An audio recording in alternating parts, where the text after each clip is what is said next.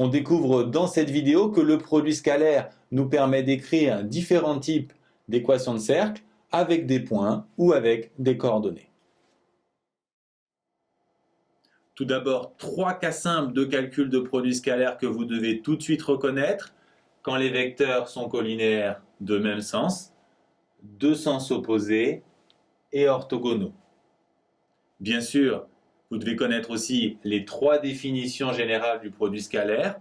Vous pouvez utiliser le projeté, la formule des coordonnées, mais aussi, plus rarement, la formule trigonométrique qui sert, on l'a vu, régulièrement à calculer un cosinus. Enfin, 2 clés indispensables. Si le produit scalaire de 2 vecteurs est nul, ça signifie que les vecteurs sont orthogonaux. Et quand vous avez un carré, vous devez le traduire par un produit scalaire.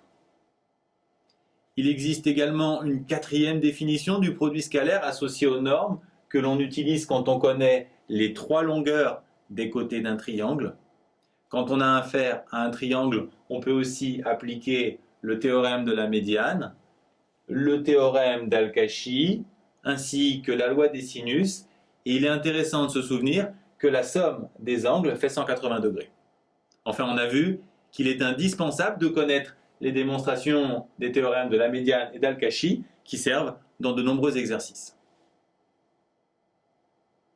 On a également vu qu'il est très facile d'obtenir l'équation cartésienne d'une droite à partir de son vecteur normal.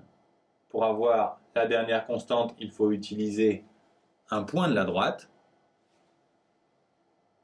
Pour montrer que les droites sont perpendiculaires, il suffit de montrer que leurs vecteurs normaux ont un produit scalaire nul.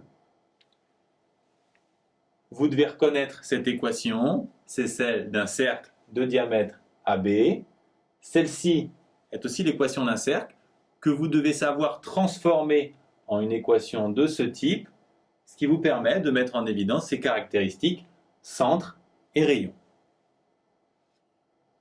Enfin, pour les recherches d'ensemble, vous devez savoir que s'il y a un point inconnu, l'ensemble sera une droite. S'il y a 2 points inconnus, l'ensemble sera un cercle.